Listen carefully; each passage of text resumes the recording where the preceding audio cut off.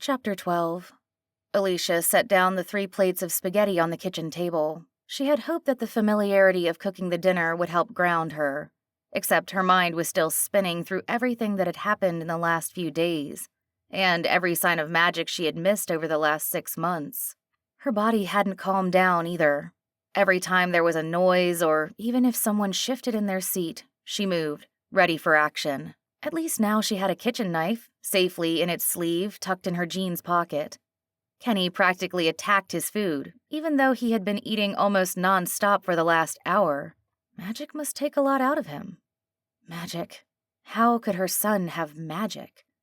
Cedar sat across from Alicia. He picked at his food, as if he had never seen heated-up sauce poured over noodles. It may not have been the grandest of meals, but she'd had a rough night. He should be happy that he was even still inside her house. It was a decision that she already regretted. She didn't trust this man, but he seemed the only way that she would get any answers. If you don't like it, I am sure you can go somewhere and find something more to your taste. I'm sure it is excellent. He picked up a big forkful of spaghetti and watched as they fell back onto the plate. Kenny began laughing, and Alicia relaxed a bit at the sound. No, you have to twirl them like this. Kenny dug his fork into his remaining strands and twisted until they began to circle around. Once you do that, they'll stay. He brought the fork up to his mouth. The bite was so big that half the noodles fell back onto the plate. That's how you do it, Kenny said, the food still half hanging out his mouth. Chew, then talk, Alicia said. Kenny chewed and swallowed and began to devour the rest of the food on his plate. Cedar picked up his fork again. He tentatively put it in the pasta and twirled it like Kenny had shown. When the noodles collected around the fork, he held it up in triumph. Then he put it in his mouth. He finished chewing and then nodded in agreement. This is excellent indeed. Kenny grinned at him and then turned to his mom. Is there any more? His plate was empty except for a few stray pieces. Alicia slipped her plate over to her son. After Kenny finished the second plate, Alicia sent him off to shower and get ready for bed. It wasn't their regular routine, but nothing about today was turning out as expected. Alicia picked the plates up from the table and went to put them in the sink. She needed to wash the dishes, but she would have to turn her back on Cedar to do so. That was something that Alicia was not willing to do. Instead, she just placed them in the sink and went back to the table. He's a good kid, Cedar said. He's the best. That is why I won't let you do anything to hurt him. Cedar ignored the hostile glance sent his way and continued. It must have been hard raising him after everything. Don't you dare talk to me about that night. You were there and let it happen. You are every bit the monster that he is. You are here because something is going on with my son, and I have no better choice than you for now. Do not think for 1 minute that I trust you. The words exploded out of Alicia, as they often did when she was trying to regain composure.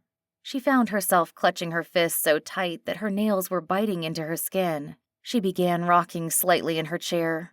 When she noticed, she stopped and tried to focus on her breathing instead.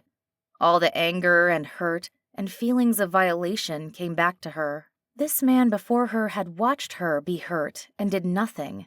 Now she needed him to help her son. The idea turned her stomach. I didn't have a choice, he said. Alicia tried to look for any sign of regret in Cedar's face, but it was fixed in a neutral expression. It just made Alicia angrier. You always have a choice. You made yours. I'm bloodbound. I did not have a choice. Bloodbound? What the fuck does that even mean? When I was a child, no more than a toddler, I already displayed strong earth magic. I was also confirmed to develop illusionary magic as well. Only once in a generation does a non-royal develop 2 types of strong magic, and to have my earth skill be as strong as it was is rare. There were rumors that I must have had a bastard royal relative at some point in my family line, but one could not be found. I was taken from my family and chosen to be a guardian for Queen Elentri and King Taro's son. I was given ancient oaths that were tied to magic and sealed with my blood. My life no longer existed outside of serving the royal line. I have no other purpose. Alicia just stared at him. What the hell are you even talking about? First elves, and now kings and blood magic. You're telling me it was magic's fault that you just stood and watched him drag me off? Your magical oaths froze you like a statue, making you unable to move. No. Then I guess you had a choice after all. Alicia walked away down the hallway to help her son finish getting ready for bed.